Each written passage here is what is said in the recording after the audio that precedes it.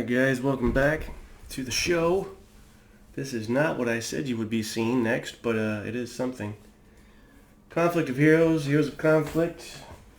This is the Storms of Steel game. And this is the newest edition, which means it plays differently than the original edition. And there are those of you who might find that a good thing, and those of you that might find it a bad thing. Personally, I think it's a good thing. This is a game that started with the whole, I'm not saying it started it, but it's one of the games that popularized, I should say, the action point driven system that is the engine of the thing. And you have a certain number of action points that you can use each turn, and I'm referring to the original game. And then you have command action points, which you can use on top of the regular action points, and you had to keep track of all this, and it worked well enough. For whatever reason, Uwe, the designer, Uwe Eichert, and I think his son came up with something else, and I forget the technical term that they, or what they derived this from. It's an actual model used in medical science, and they adapted it to this. So now we have command action points are still here, but instead of having a unit go according to the original action point system, now you have something where you activate a unit and you're going to roll with this special die. This looks like a D10. It's not. This is a weighted, they call it, quote, weighted, unquote, die. You'll notice there's no 8s on here, and there may be something else not on here. But this is what you're going to roll after conducting action to see if you're spent. So I guess it adds a kind of, I don't want to say randomness to it, but it takes a little bit of the God out of the game. And I don't know, I guess I like it. It works okay. I thought I'd run through some of this for you. This is mission, I don't know how well I'm going to pull this off, but again, this is the first mission in the Storms of Steel mission book. Mission brief for the Courier's Satchel. We're looking at, apparently this was an historical event that took place on July 4th, 1943. That's a joke. I'm just about as historical as I am. But it'll give you the rundown on everything you need. Your starting caps or command action points for each side, which is 6, not 14. Your turn track here, you start at 1. Your victory points, the Russians start with 1. And then your mission rounds, we do have the Russian rifle team with the said satchel entering on mission round 2. We have the Russians already set up on board. And we have 4 German units off map here that will be coming on map shortly. Along there. Anywhere between these blue lines they can enter the board. So what do we have here? We do have one overlay, which is this guy here, which is kind of cool. And the map work is fantastic. It can't do any better, I don't think, except for maybe old school tactical. The map work is unparalleled. And that said, I think ASL could really use an upgrade. I know it's heresy. Don't mess with it if it's not broken. But honestly, guys, come on. We're living in the modern era. I think ASL could do themselves a favor and upgrade the maps. Everybody would buy those things. Or most folks would. And it would be more money for MMP, so why not? We have, what is the victory conditions here?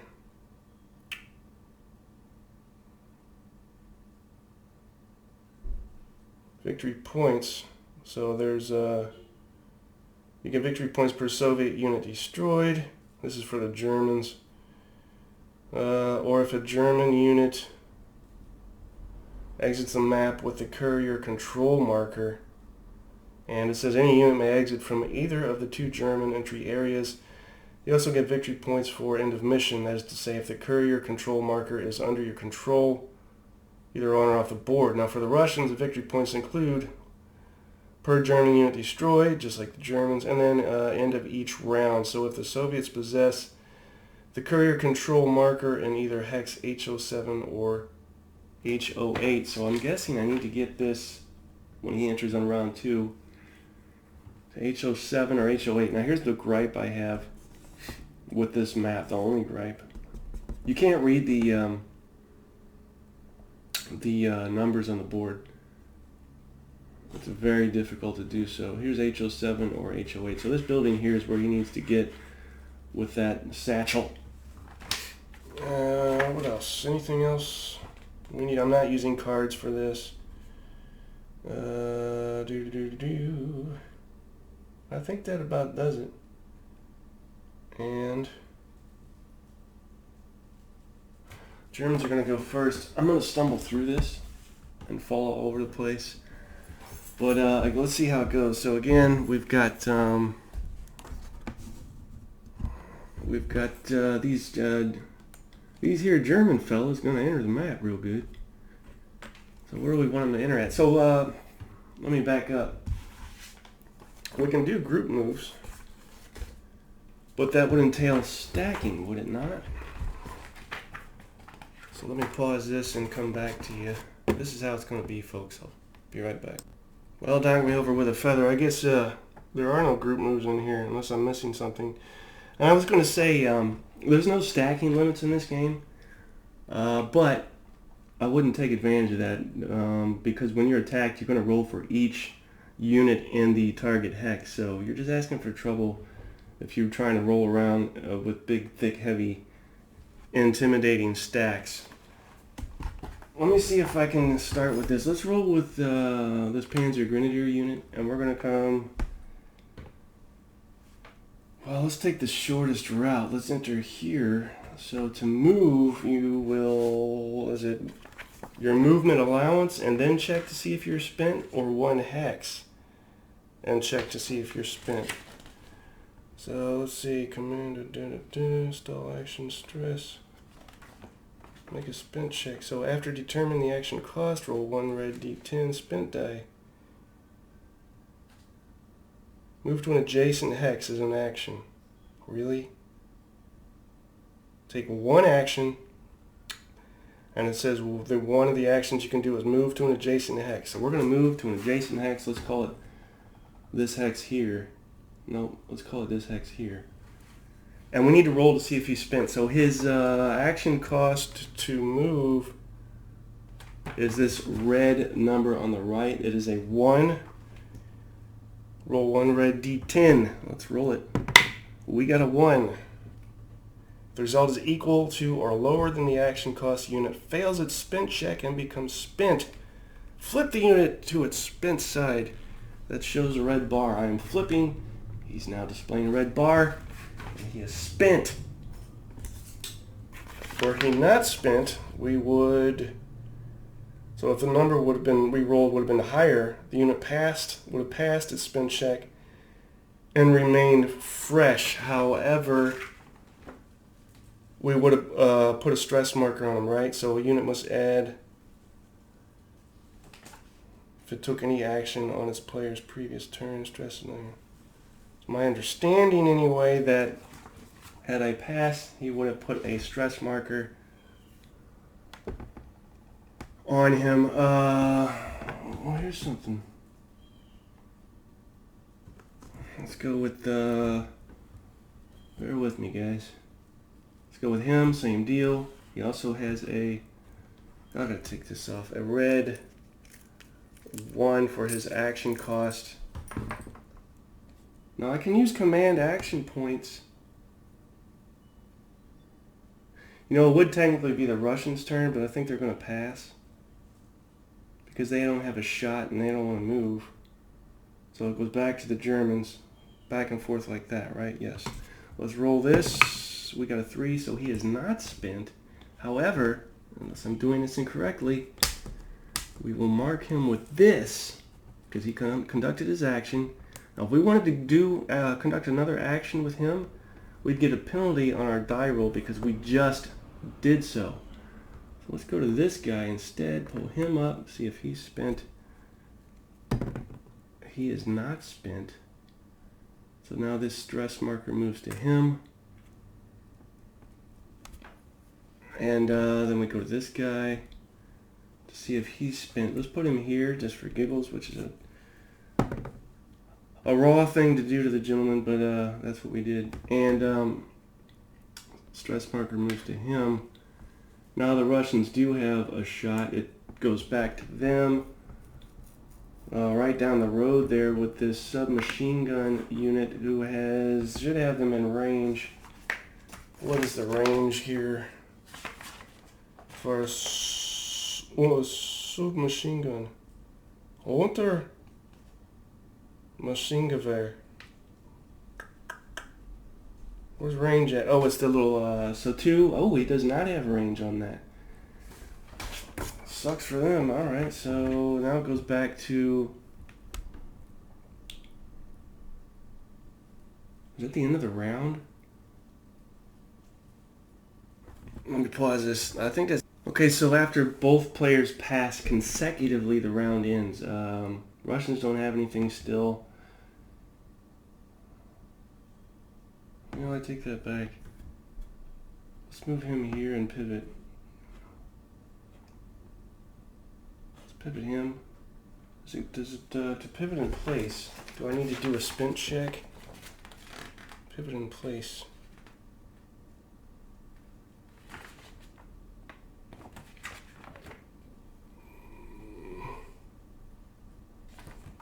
Pivot in place. Unit facing.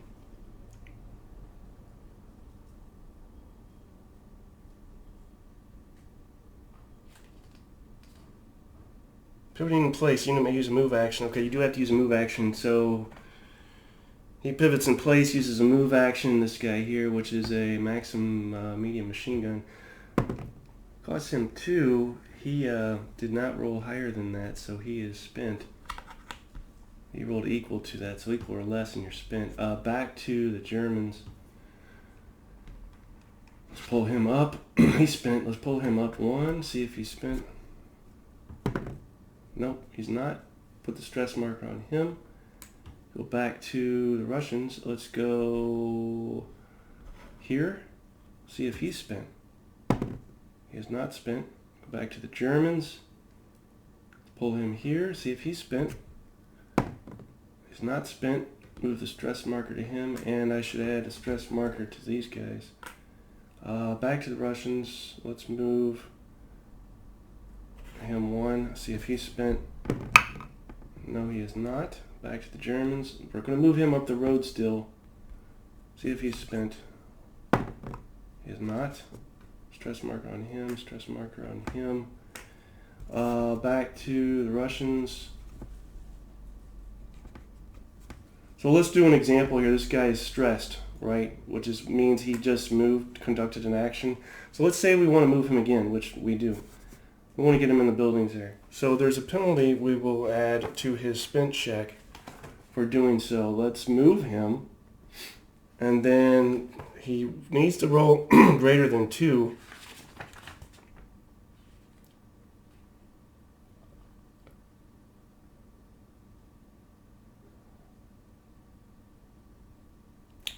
So his action cost for that move is 2, but because he's stressed, it becomes a 3. When we roll this, he's fine anyway. So that's that. Not spent. But it increases your chances of becoming spent if you move a guy that has just moved. Back to the Germans. Let's go here into the woods. What is it for, what's the deal with moving into the woods, huh? Woods +1, so you're going to check.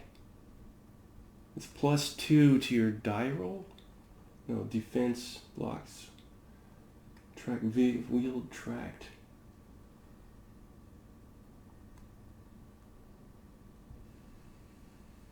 Track vehicle, wheeled vehicle. Reduce routing number. I'm not seeing that affects anything, so let's roll it. If we get a 1, he's spent. Nope, he's not. Stress marker on him. Back to the Russians. Let's try and move this guy up here. What does he get? He's not spent, but he is stressed. Let me go back to the Germans. Let's move him. Ooh, now we're in... okay, watch this. He is spent. And it goes back to the Russians, and he's now within range of that submachine gun unit. So here's our first example of combat here. And how do we do this? Let's do it like this. Move this over here. So he wants to fire.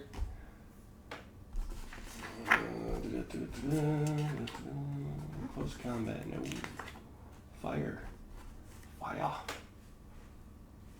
It's not a flank attack. He's within his fire zone. Yeah, you do have facing is important in this game, so there's that. Most of you are probably familiar with this anyway, and you're probably going to correct me, right? Alright, so to resolve an attack, follow these steps in order. Determine the target's defense rating. The target's defense rating is its defense plus any die roll modifiers. This bottom number here is his defense, which is a 12. And any die roll modifiers. He is in the woods. So +2 die roll modifier makes that the 14. That is his defense rating. Something to write with would help. 14. I forget things, right?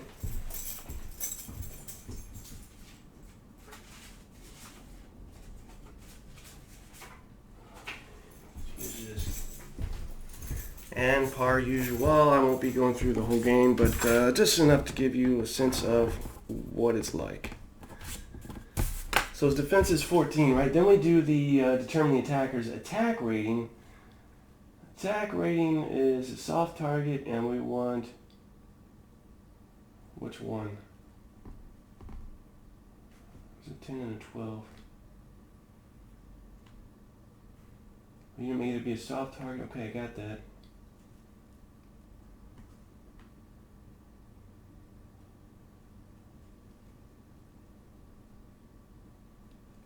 So we have 2 attack ratings. What the hell? What does it say?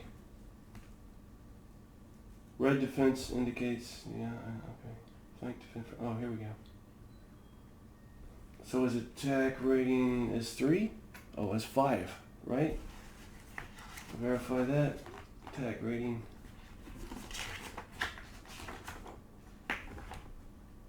Attack cost, and then we have an attack cost. So his attack rating, this guy's attack rating is 5.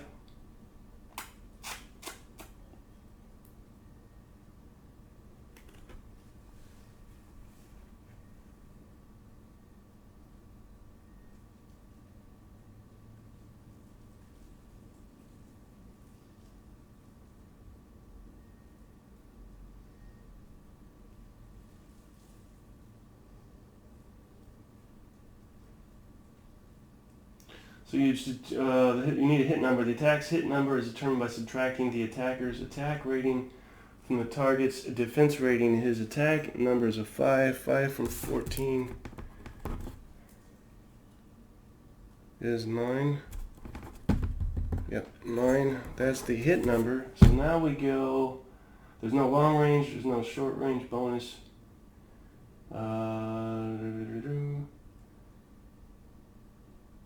So the hit number, you already got that, attacking's.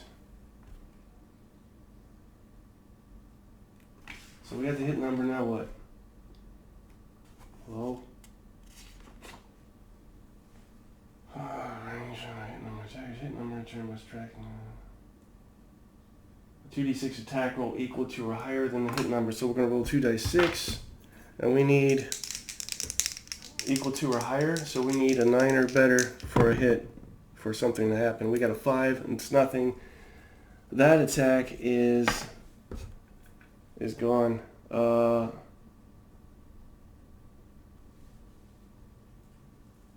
was a 3 cost for that attack action, right?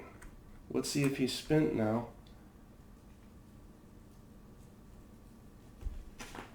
Let me verify. Yeah, attack cost 3, so we need to roll. If we roll a 3 or less, he's spent. He rolled a 4, he's fine. Back to the Germans. 2, half of which are spent. He gets the stress marker even though he's spent. Let's pull this guy up here. That would be one move action. I need to face them properly. One move action there.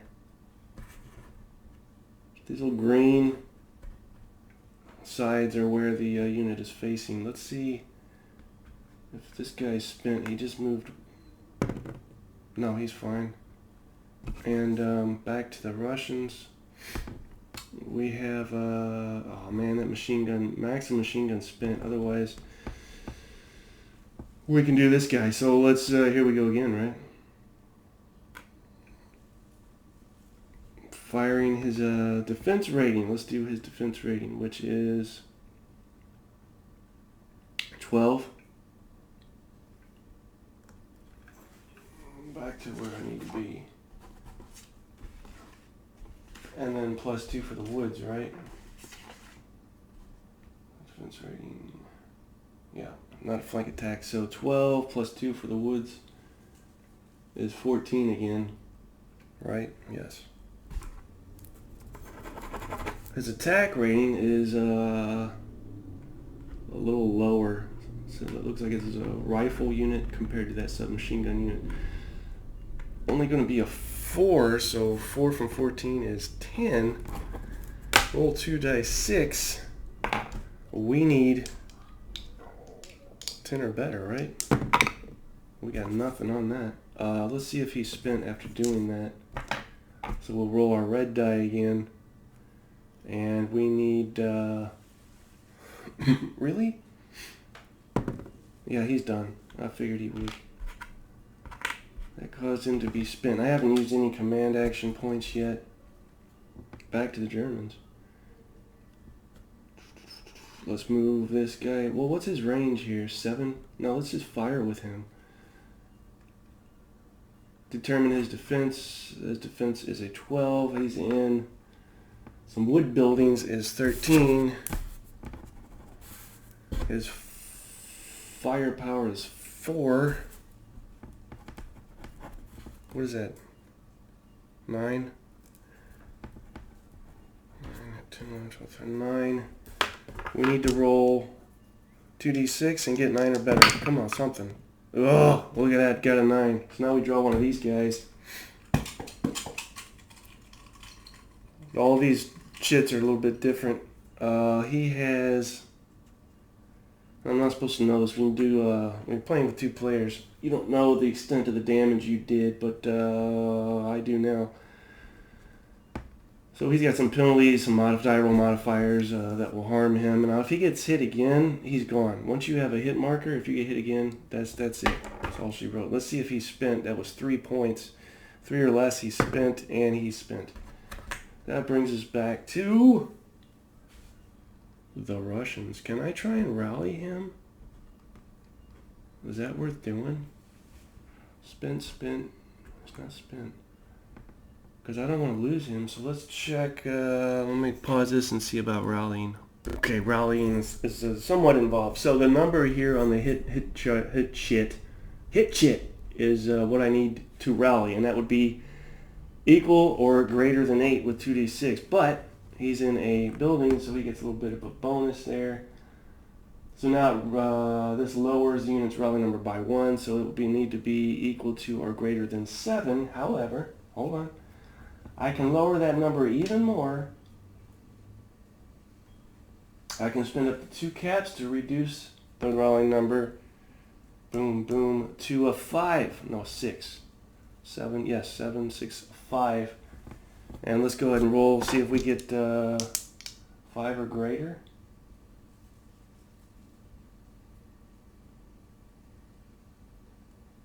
Yeah, 5 or greater.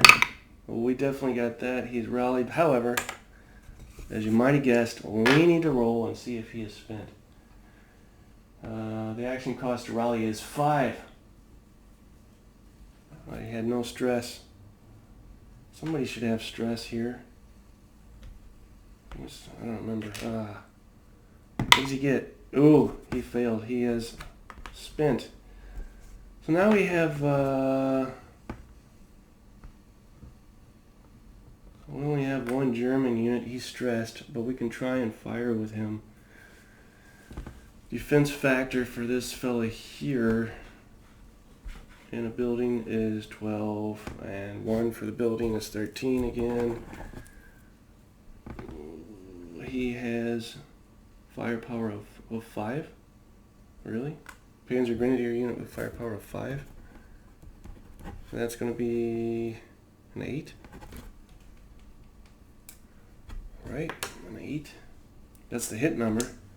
Let's roll it. We need 8 or better. We got nothing. And he's probably spent, would be my guess. So to fire would be 3. He was stressed anyway. Stress adds.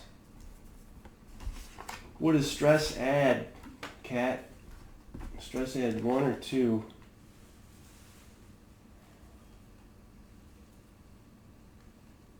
Just 1? Okay, alright. So 3, 4. If I roll a 4 or less, he's spent. And what is that, a 1? He is spent. Completely spent. That leaves the Russians with 2. Let's try and move him up here. That would be 1 action cost to do so. Is he spent? He is not spent, but he's stressed. That was very stressful for him. Let's move him up here into a building. Apparently this Maxim medium machine gun is fairly heavy because it action cost of 2 to move with it, and he passes it, so he's fine. Now he's stressed. I will pass with him. Done with him. And I'm going to move him 1 more. Doesn't matter if he's spent or not. Yeah, he's spent anyway. Alright, so I do have 1 Russian unit here that is not spent, but I don't want to do anything with him as such. I'm going to pass. That is the end of round 1. A lot of die rolling, but you don't notice it once you get into a flow. It feels weird initially. Rolling for everything you do, basically, with this little red die. This weighted die. And, yeah, you have to buy the game to get the die. So I suppose you could transpose the numbers on here with a regular D10, but if you want the die, you got to get the game, the new edition. But I've also been told that now any of the new edition style here of play can be easily adapted to any of the scenarios from a previous game that hasn't been yet modified, if you will. But at this point, I think they all have been, haven't they?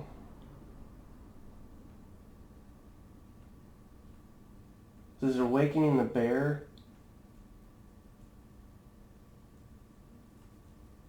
That hasn't been, we don't have a new edition for Awakening the Bear. I might check my math on that. But anyway, that's the end of round 1. Round 2 is going to see, the satchel come on board. But you'll just have to die wondering about that. I just want to do a quick run through of how the game plays for those of you that are unfamiliar with it. I had no intention of diving in deep and doing anything overly serious with this. But again, for those of you that were unfamiliar with how this works, that's how it works. Again, a lot of the weighted die rolling to see if you're spent, and I like how it plays. I like the added stress factor. To be honest with you, I could do without the command action points. I've done without the cards. If I was playing this correctly, I'd be using the cards, right? But I have to say, I think I could do without the command action points. Nevertheless, they're in there, and I used a couple of them to, rally a feller, a Russian guy, so that was to my benefit. But that's it. The rules here are, it seems thick and a little bit cumbersome, but that is because there's a lot of elaborations, clarifications, examples, things like that, right? And it makes it all the easier by adding that stuff, and I think that's all I have to say about it. So this is Conflict of Heroes, and I think I read the rules last night. I think I'm going to bust into Victory in the Pacific here before too long, or I won't, but I'm leaning towards it. Again, I got it out last night. It's something that seems easily picked up, something I can get into rather quickly. You don't have to invest a significant portion of your life to learning it, another significant portion of your life to playing it. But we'll see how it goes. All right, y'all. Thanks for watching. I'll talk to you next time.